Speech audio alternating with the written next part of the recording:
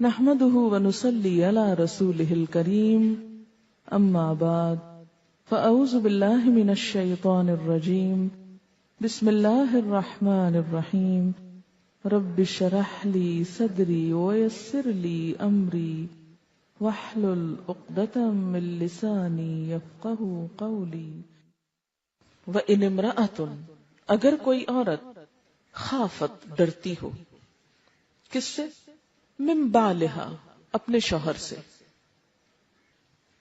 اپنے شوہر کے بارے میں ڈرتی ہو اس کی دو باتوں سے، نشوزن، سرکشی سے، بدسلوکی سے، مثلا مار کٹائی کرتا ہے، بد اخلاقی برتتا ہے، زیادتی کرتا ہے، چھوٹی چھوٹی بات پر بہت غصہ کرتا ہے، او اعراضن، یا بے رخی کرتا ہے، روٹھ جاتا ہے، چھوٹی چھوٹی بات پہ بولنا چھوڑ دیتا ہے۔ اب عورت کیا کرے؟ کب تک نبھائے؟ کب تک ڈانٹ کھائے؟ کب تک بے رخی برداشت کرے؟ کہاں جائے؟ ایسی عورت کو کیا کرنا چاہیے؟ یہاں آپ قرآن کا یہ انداز بھی دیکھ سکتے ہیں کہ اللہ تعالیٰ انسانوں کو صرف قانون نہیں دینا چاہتے، انسانوں کے اندر کی اصلاح چاہتے ہیں۔ صرف معاشرے کے ایک حصے کو ہی نہیں نوازنا چاہتے، سب کا بھلا چاہتے ہیں، سب کا فائدہ، اور معاشرے کے کمزور طبقات کے حقوق دیے بغیر عورتوں کو بھی ان کا حق صحیح طور پر نہیں دیا جا سکتا، کیونکہ معاشرے کے مختلف افراد ایک دوسرے سے جڑے ہوئے ہوتے ہیں، ایک دوسرے سے ملے ہوئے ہوتے ہیں۔ بالکل ایسے ہی انسانی معاشرے کو جیسے ایک جسم سے تعبیر کیا گیا۔ اب آپ یہ کہیں کہ میں اپنے سر کا تو حق روز دوں گی لیکن اپنے پاؤں کا نہیں دوں گی، یا دائیں ہاتھ کا تو دوں گی اور بائیں کا نہیں دوں گی، تو ایسے میں کچھ بھی اصلاح نہیں ہو سکتی۔ جب آپ اپنی بھلائی چاہتے ہیں تو ہیڈ ٹو ٹو پورے جسم کی بھلائی آپ کو سوچنی ہوگی۔ مثلاً آپ دیکھیں کہ اس وقت دنیا میں جیسے امن و امان کو خلل ہے، تو اگر ہم کسی ایک خاص خطے میں امن قائم رکھنا چاہتے ہیں اور باقیوں کو اگنور کر دیتے ہیں تو کیا ہوگا؟ امن قائم نہیں ہو سکتا۔ اسی طرح اگر ہم معاشرے کے کچھ افراد کو تو حق دینا چاہتے ہیں اور باقیوں کو چھوڑ دینا چاہتے ہیں تو ایسا معاشرہ کبھی بھی پرامن نہیں ہو سکتا۔ ایک خاندان کے اندر ایک شخص کو تو حق مل رہا ہے اور دوسرا محروم ہے تو اس خاندان میں کبھی خوشیاں نہیں ہو سکتی۔ کسی بھی کپل میں اگر صرف مرد کو حقوق مل رہے ہیں اور عورت محروم ہے تو ان دونوں کے آپس کے تعلقات درست نہیں ہو سکتے۔ اس میں ہوتا ہے کہ عموماً جو طاقتور ہے وہ تو اپنا حق چھین کے بھی لے جاتا ہے، لیکن کمزور کو دلوایا جاتا ہے۔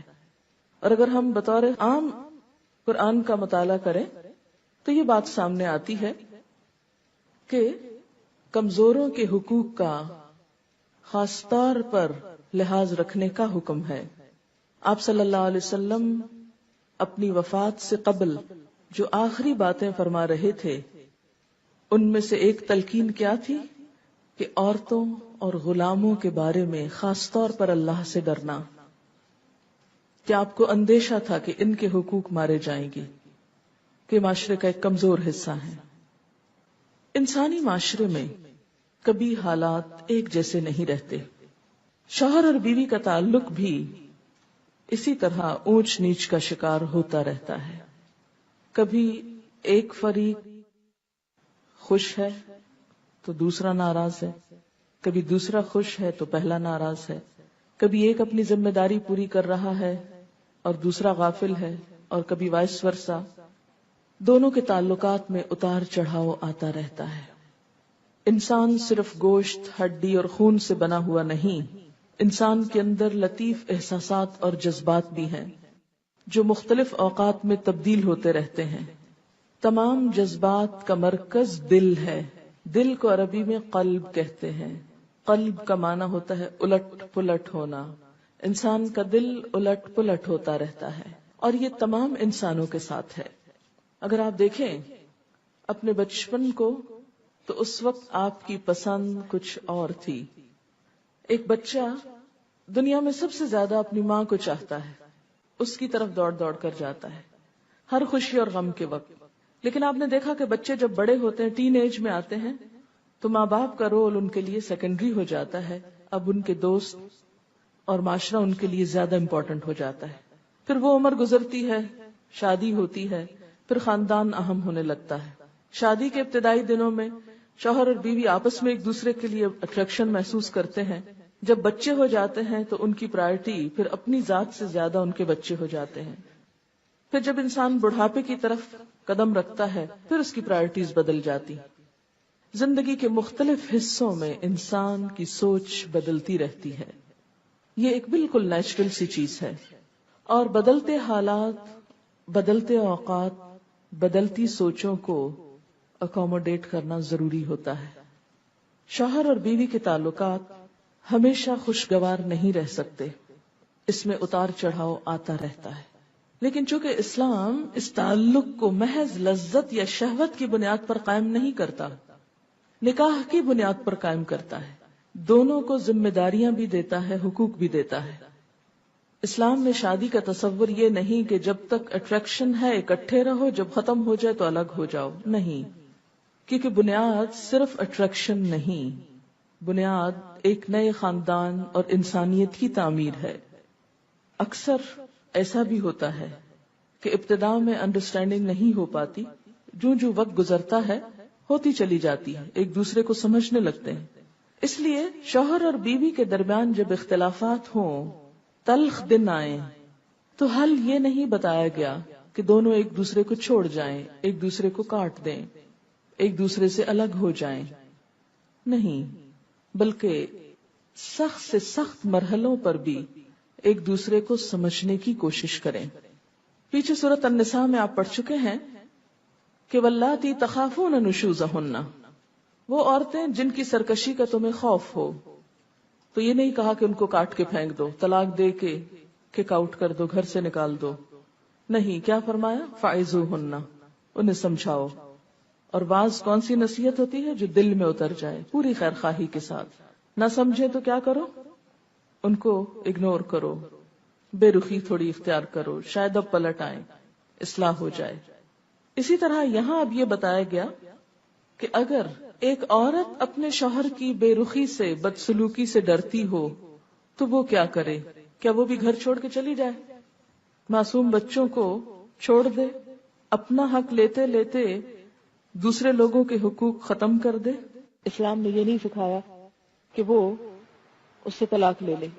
اگرچہ خلا کا راستہ رکھا، لیکن پھر بھی معاشرے کی مجموعی بہتری کے لیے یہاں کیا سکھایا جا رہا ہے کہ کوئی حقوق کی کمی بیشی کر کے آپس میں کوئی راضی نامہ ہی رکھیں. کیونکہ عورت دوسری آپشن سوچے، اگر وہ طلاق لے لیتی ہے تو اس کے بچوں کا کیا ہوگا؟ وہ ایک چھوٹے مسئلے کے حل کے لیے ایک بڑے مسئلے میں گرفتار ہو جائے گی. یہ عقل مندی کی بات نہیں ہوتی کہ چھوٹے مسئلے کے حل سے بڑے مسئلے کھڑے کر لیں آپ، یا ناقابل حل مسائل شروع کر دیں آپ. آپ دیکھیں کہ بعض اوقات ہمیں کسی سے چھوٹی سی تکلیف پہنچتی ہے تو ہم کیا کرتے ہیں؟ اسے گالی دے ڈالتے ہیں. کیا ہوتا ہے؟ وہ دوسرا 2 دیتا ہے، آپ اسے 1 لگاتے ہیں، وہ 2 مارتا ہے آپ کو، اور نتیجہ کہاں جا پہنچتا ہے. تو بہتر نہیں تھا وہ جو پہلے چھوٹی سی بات ہے اسے سب کڑوا گھونٹ پی جاتے، صبر کر لیتے. اللہ صبر کرنے والوں سے محبت رکھتا ہے. کسی سے چھوٹی سی تکلیف پہنچی، آپ نے غصے میں بڑا شدید ری ایکشن ظاہر کیا. اب جب آپ اس کو دیکھتے ہیں تو پریشان ہوتے ہیں، شرمندہ ہوتے ہیں، دل میں کڑتے رہتے ہیں، ایک ماحول پلوٹ ہو گیا. کیا پایا آپ نے؟ لیکن اگر آپ اس موقع پہ ضبط کر جاتے، صبر کر جاتے، نتیجہ کیا نکلتا کہ وہ شخص جس نے آپ پہ زیادتی کی وہ بھی شرمندہ ہوتا، اور شاید وہ خود معافی مانگ لیتا، میرا قصور تھا، میری زیادتی تھی. لیکن عموماً ہم ایسے مواقع پر کیا کرتے ہیں؟ جواباً شدید ری ایکشن ظاہر کرتے ہیں. وہ وقتی طور پر تو شدید ری ایکشن ہم نے کر لیا، پایا کیا؟ انسان دیکھے حاصل کیا ہوا، ہم پاتے نہیں پھر کھو دیتے ہیں. تو ایسی تمام خواتین جو اپنے شوہروں کے ہاتھوں تنگ ہوں، ان کا یہاں حل بتایا جا رہا ہے کہ وہ تھوڑے سے صبر سے کام لے لیں، تھوڑے سے اپنے حقوق کو جانے دیں. اللہ دیکھ رہا ہے، اللہ اس کا بدلہ ضرور دے گا. اس کا حل صرف یہ نہیں کہ آپ گھر چھوڑ کے بھاگ جائیں یا جواباً شوہر کو پیٹنے لگے. وہ تو گھر نہ ہو جائے گا، ایک کشتی خانہ ہو جائے گا، ایک دنگل ہو جائے گا. دنگل بنانا چاہے تو بنائیں. اسی لیے وہ جو پہلے بھی میں نے بات کی تھی کہ مرد مار سکتا تو عورت کیوں نہیں مار سکتی؟ عورت کو اللہ نے مارنے سے روک کر اس دنگل کو ختم کیا، ورنہ باکسنگ شروع ہو جاتی گھر میں تو گھر گھر نہ رہتا۔ تو یہاں پر کسی بھی نزاع کے موقع پر، جھگڑے کے موقع پر، فساد کے موقع پر، بد اخلاقی کے موقع پر، بد سلوکی کے موقع پر جب ایک شخص زیادتی کر رہا ہو تو جواب میں تھوڑے سے دھیمے ہونے میں آپ کی کوئی بے عزتی نہیں۔ لوگ سمجھتے تھے ہماری بے عزتی نہیں۔ حدیث میں آتا ہے من تواضع للہ رفعہ اللہ، جس نے اللہ کے لیے عاجزی اختیار کر لی، تواضع اختیار کر لی، اللہ اس کو بلندی دے گا، اللہ اس کو بڑا کر دے گا، وہ چھوٹا نہیں رہتا۔ ایک دانہ گندم کا ایک دانہ ہوتا ہے، جب وہ مٹی میں ملتا ہے تو اس سے 700 دانے بنتے ہیں۔ اگر وہ اکڑا رہ کر میں مٹی میں نہیں جاتا، میری اس میں ذلت ہے، میں شیشے کی بوتل میں رہنا چاہتا ہوں، 100 سال بھی شیشے کی بوتل میں رہے تو کھایا جائے گا اندر سے، اوپر سے خالی خول کھڑا رہے گا، اندر سے کھا لیا جائے گا، اور اس سے 700 کبھی نہیں بنیں گے۔ تو جو لوگ زندگی میں تکبر کا رویہ اختیار کرتے ہیں، اپنی انا کے خول میں رہتے ہیں کہ جی ہم بڑی شے ہیں، وہ کچھ نہیں پاتے۔ تھوڑا جھک جانا، تھوڑا عاجزی اختیار کرنا۔ اور آپ نے دیکھا ہوگا کہ ہر دور میں معاشرے کے اندر یہ مسئلہ باقی رہا ہے، بہت سی عورتوں کو ایسے حالات سے سابقہ پیش آتا ہے کیونکہ مرد کی فطرت میں اللہ تعالیٰ نے قدرتی طور پر ایک اپر ہینڈ رکھ دیا، ایک برتری کا احساس رکھ دیا۔ جسمانی طور پر بھی مرد طاقتور ہوتا ہے کیونکہ اس کے کام جو اس سے ایسے اللہ نے لینے تھے۔ اس کے برعکس عورت چونکہ ماں ہے، اس کے اندر لطیف جذبات ہیں، احساسات ہیں، شفقت ہے، محبت ہے، ممتا ہے، نازک احساسات ہے، کیونکہ ماں بننے کے لیے یہ سب کچھ بہت ضروری تھا، یہ شفقت، یہ کیئر، یہ لو، یہ سب کچھ۔ اب ایک کی فطرت کچھ ہے، ایک کی نرم ہے، دوسرے کی سخت ہے، اور دونوں کا جوڑ ہے۔ اب ہو تو کیا ہو، کیا کیا جائے؟ یہ نہیں کہا گیا کہ وہ خلا لے لے، یہ نہیں کہا گیا وہ طلاق کا مطالبہ شروع کر دے، یہ نہیں کہا گیا کہ وہ بھی روٹ کر گھر چھوڑ کے بچوں کو چھوڑ کے چلی جائے، آزاد ہو جائے، یا یہ کہ کسی اور آدمی سے دل لگا لے، یا وہ بھی سرکشی اور بدتمیزی شروع کر دے۔ یہ حل نہیں بتائے گئے۔ کیا کہا گیا؟ فلا جناح علیہما، تو کوئی گناہ نہیں ان دونوں پر، دونوں کو سمجھایا گیا ان یصلحا بینہما، کہ آپس میں صلح کر لیں۔